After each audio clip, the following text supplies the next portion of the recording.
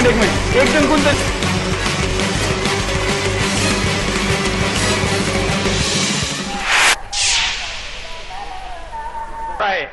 वही महाराज के स्कूल में मैं पढ़ा हूं।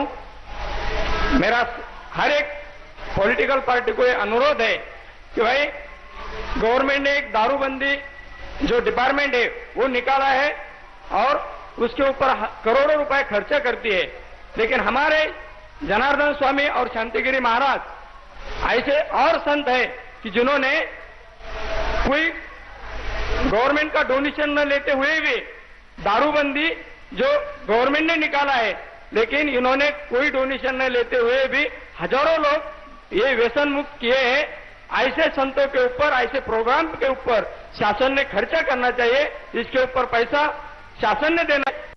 ये न देते हुए भी हमारे महाराज लोग ये सामाजिक काम बड़े तेजी से कर रहे हैं और उसमें से हमारे जो जनार्दन स्वामी है उनकी परंपरा है अनुष्ठान परंपरा। वो अनुष्ठान परंपरा से हमारे हम आध्यात्मिक मुद्दे पर भी आएंगे, लेकिन सरकारी फंड जो कि खर्च होता है उन मुद्दों पर, उन चीजों पर जो कि होना चाहिए वहां पर नहीं हो रहा है, और यही बात यहाँ पर इन्होंने उठाई। और भी दर्शक हमारे साथ यहाँ पर कार्यक्रम में जुड़े हैं, हम उनको भी कहेंगे कि वो भी अपनी राय को, और दर्शकों को मैं ये कहूंगा कि अपनी राय बिल्कुल मुद्दे के साथ शुरू करें, कुछ और अन्य बोलने की जरूरत नहीं। शुरू करें। मैं रामानंद घोष के सरकार आध्यात्मिकता के लिए उदासीन है कि नहीं, इस चीज के लिए जो चर्चा चल रही है, तो सर्वप्रथम तो मैं ये कहना चाहूंगा कि द स्पिरिचुअलिज्म जो है, आध्यात्मिकता, ये is based on selfless service to the mankind, मतलब निष्काम कर्मयोग। निष्काम कर्मयोग पे अगर आध्यात्मिकता बेस्ड है, और जो आज पॉलिटिक्स है वो है सकाम कर्मयोग, जिसमें सेल्फिश मोटिव से मैनकाइंड का सर्विस करने की जो दिखावा जाता है, service to the mankind with selfish motives, आज पॉलिटिक्स में दिखाया जा रहा है। तो ये जब तक सेल्फिश मतलब निष्काम कर्मयोग की तरफ अगर राजकारण नहीं जाएगा, तब तक ये राजकारणी लोगों को उदासीनता ही दिखानी पड़ेगी, क्योंकि पॉलिटिक्स है मेजॉरिटी पे डिपेंडेंट है, और मेजॉरिटी लोगों को जो पसंद है वो चीज आज के पॉलिटिशियंस कर रहे हैं। तो majority of the people are not having आध्यात्मिकता जो बेस है वो मेजॉरिटी लोगों में है नहीं, इसीलिए उस तरफ वो मजबूरन राजकारणी लोग उदासीनता दिखा रहे हैं। तो मैं तो ये बोलूंगा कि आज के जो राज करते हैं राजकारणी लोग हैं, ये मजबूरन इस चीज के लिए उदासीन हो रहे हैं, भले ही वो चाहते भी हो तो भी मदद नहीं कर पा रहे, बिकॉज बहुत सारे लोगों को आध्यात्मिकता पसंद न हो, इसीलिए वो चाहते ही नहीं है कि इस चीज में अपन कुछ पैसा मतलब आप इस चीज को मानते हैं कि पहले जैसे जो भी राजा बनता था, हालांकि तब तो राजवंश चलता था, लेकिन उसमें ये होता था कि उसको धर्म शिक्षा अनिवार्य होती थी। तो क्या आप ये मानते हैं कि अब भी राज करता जो भी आएगा उसको धर्म शिक्षा अनिवार्य हो?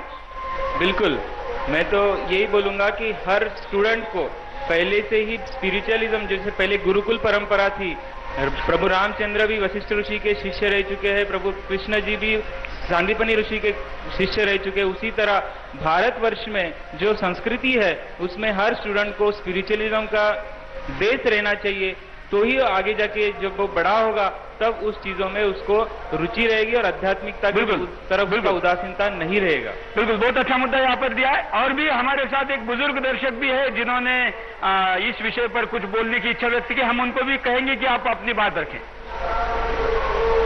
मी विनायकराव पळसकर महाराज आहे आणि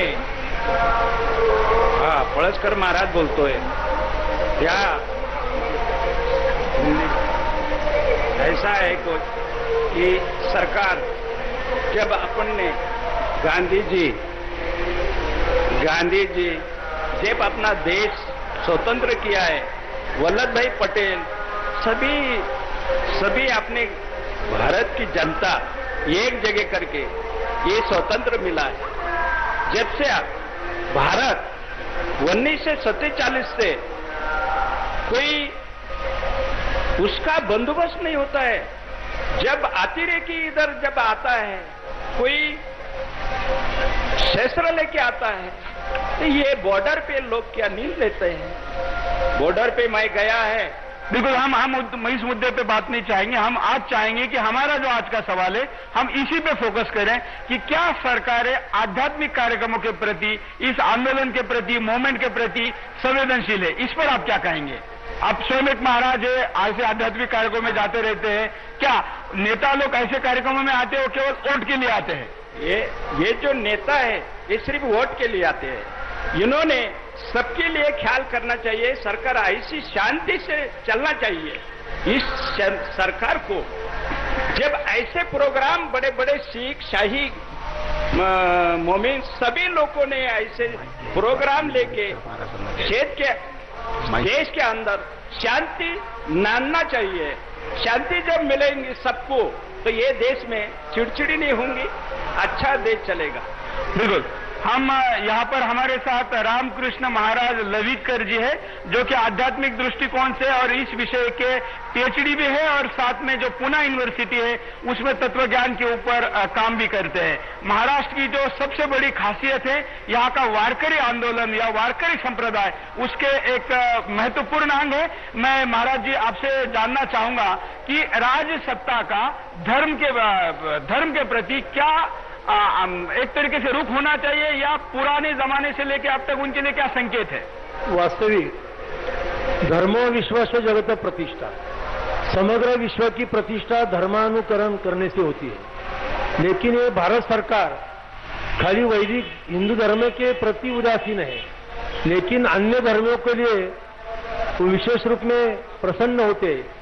खाली हम लोग ये वास्तविक भारतवर्ष में प्रकर्ष से वैदिक सनातन परंपरा अक्षुण्य पद्धति से चल रही है, साधु संत वो काम कर रही है, लेकिन ये प्रचार कार्य में हमेशा विद्यमान सरकार, पूर्व सरकार प्रतिबंध करते हैं। हम उनका निषेध करता हूं। नहीं, बिल्कुल आप तो ये मानते हैं, लेकिन मैं आपसे ये जानना चाहता हूं कि राजसत्ता का धर्म के प्रति क्या कर्तव्य है? राजसत्ता का धर्म के प्रति प्रोत्साहन देना यही कर्तव्य है। और कोई धर्मो प्रचारक, धर्म कोई परिचिन्न नहीं होता। धर्मो विश्वास जगत, धर्मो रक्षिति रक्षिता। जो धर्म का रक्षण करता है, धर्म उसका रक्षण करता है। भारतवर्ष में बहुसंख्य वैदिक परंपरा के लोग हैं। हमारे भाई ईसाई, मुस्लिम भी है। इनके प्रति हमारा कोई ऐसा निषेध व्यक्त नहीं है, लेकिन ये भारतवर्ष की परंपरा, वैदिक परंपरा है, हिंदू परंपरा है। इसके प्रति सरकार ने उदासीन रहना इनकी गलत है। मैं उनका निषेध करता हूं। बिल्कुल। गो ब्राह्मण प्रतिपालक, ऐसा इस राजा को इस देश में कहा जाता था, जिसमें गाय भी और ब्राह्मण भी, और ब्राह्मण के नाते धर्म, ऐसी अपेक्षा थी। लेकिन अब ये दोनों अछूत हो गए हैं, और इसको हाथ लगाने वाले को कम्युनल कहा जाता है। हम यहाँ पर लेंगे एक छोटा सा ब्रेक के बाद दोबारा आएंगे। बिंदास बोल में आज का सवाल जारी है कि क्या सरकारें धर्म के प्रति अनास्था दिखा रही है?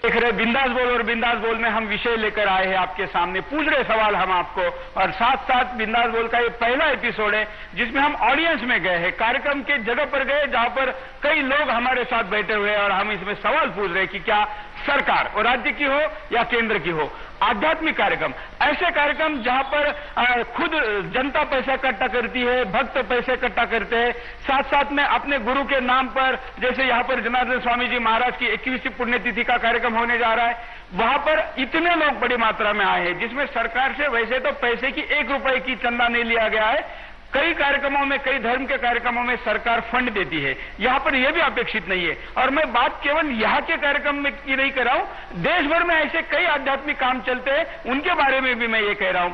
खास करके जैसे मैंने कार्यक्रम के शुरू में आंकड़े बताया कि इस देश में शराब से हर घंटे में 104 मौतें होती है।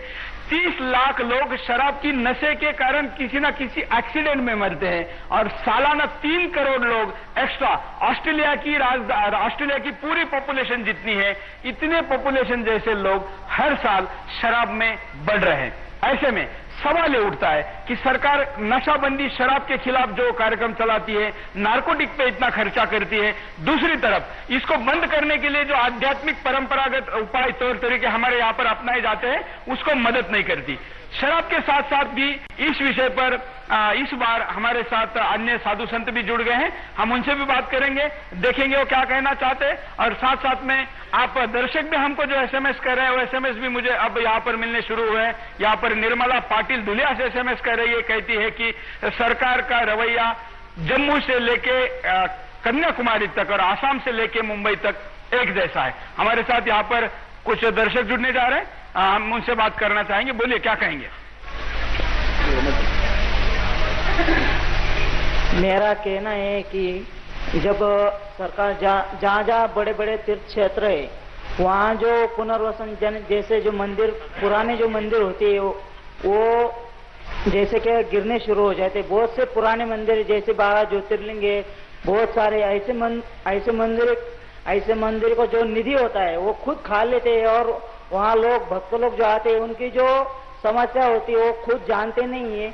वहाँ जो ट्रस्ट होता है वो भी उनका जो होता है और वो क्या करते हैं ये तो आपको पता होता है।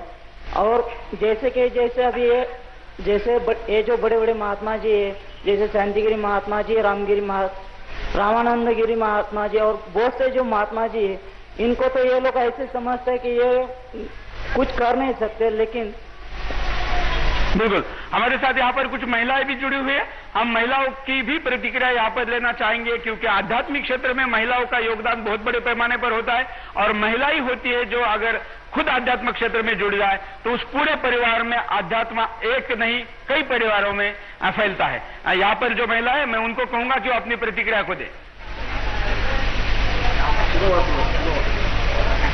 हाँ बोलिए, क्या कहेंगे? अब ये जो महाराज जी का प्रोग्राम हो रहा है हमारा, ये प्रोग्राम में इतने महिला कि 1 लाख महिला, ये प्रोग्राम में महिला जाप यानी व्यसन मुक्ति, जाप से व्यसन मुक्ति होती।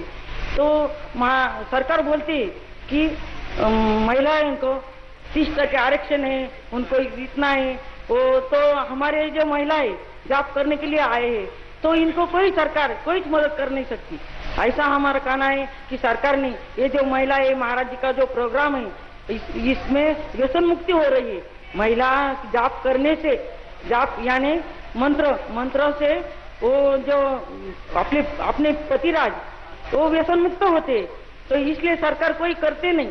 तो कोई भी हमारे बिल्कुल, मतलब आपको लगता है कि सरकार जो नारी सशक्तिकरण की बात करती है वो सब बकवास है?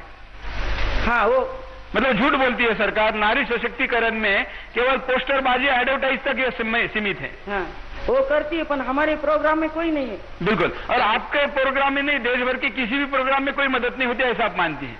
कोई जो होती है, पर हमारे आपके बाबा जी के प्रोग्राम में नहीं होती है। बिल्कुल, चलिए आप यहाँ के बारे में